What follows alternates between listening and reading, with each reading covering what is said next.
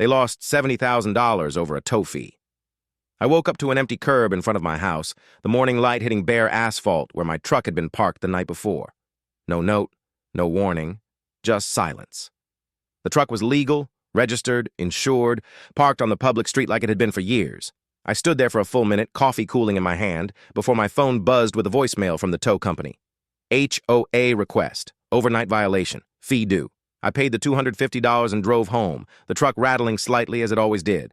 At the HOA office later that afternoon, everything smelled like fresh paint and fake calm. Framed photos of perfect lawns lined the walls. The manager smiled and said, "Commercial vehicles were not allowed overnight."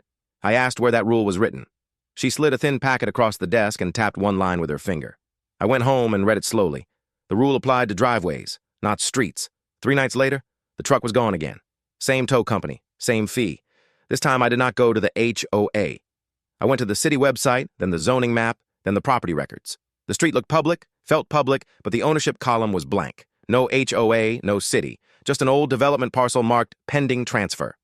That night, I printed maps, highlighted lines, made calls. A week later, I learned the street had never been officially transferred to the city. The developer dissolved years ago. The road was technically private, floating in legal limbo, and someone owned it. I found them.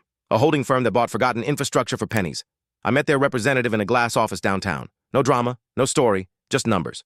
2 weeks later, I owned the street. I did not announce it. I parked my truck in the same spot, under the same streetlight, tires touching the same oil stain on the pavement. 3 days later, it was towed again.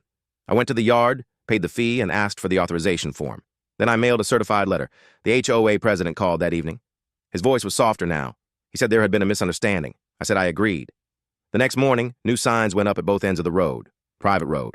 Towing by owner authorization only. Every neighbor received written permission. The HOA board did not. 2 board members parked overnight anyway. Both were towed. The tow company did not argue this time. Neither did the city. The HOA's lawyer requested a meeting. I brought the deed. The room was very quiet. They paid $70,000. Back fees, legal costs, lost wages. The street was transferred to the city a month later. New signs replaced mine. The towing stopped. The HOA president resigned before the next election. If you enjoy calm justice and smart revenge stories like this, like the video, subscribe, and tell me in the comments which rule you would have checked first.